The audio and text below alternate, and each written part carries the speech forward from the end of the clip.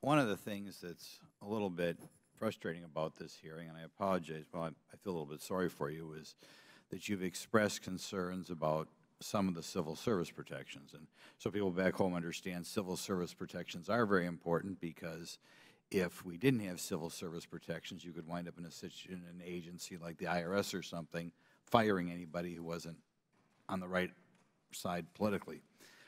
Nevertheless, you have expressed frustration, and I do believe some of the people who are expressing the greatest anger at you today, or some of the people who express anger at you, may be the first to fight any change in those civil service laws. But could you give us some suggestions that you may have to make it easier to remove an employee who is a misbehaving employee? I'll tell you one thing that frustrates me today, and you can think about this when I talk about it.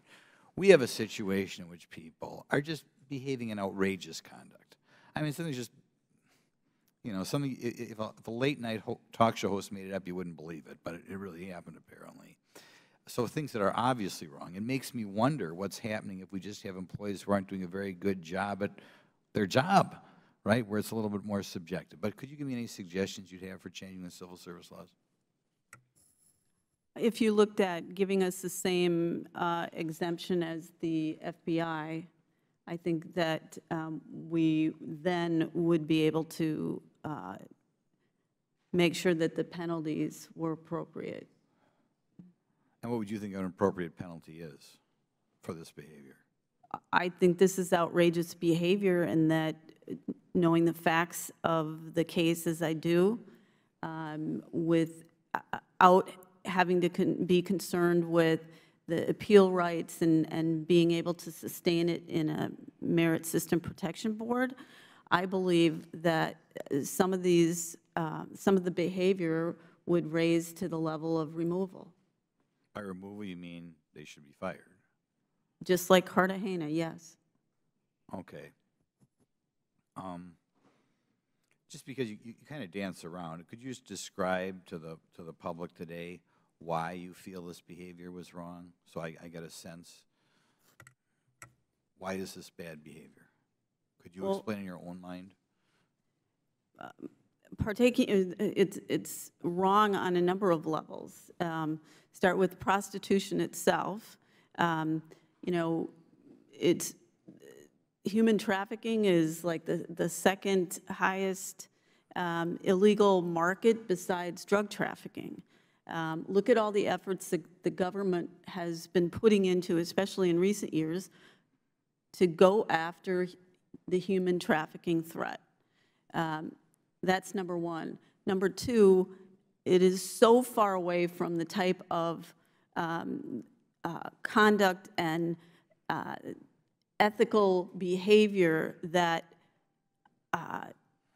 is required of someone to carry a badge as a federal agent, that those are the reasons. And the security clearance issues, the security, putting people and our information at risk, are all reasons that this is appalling.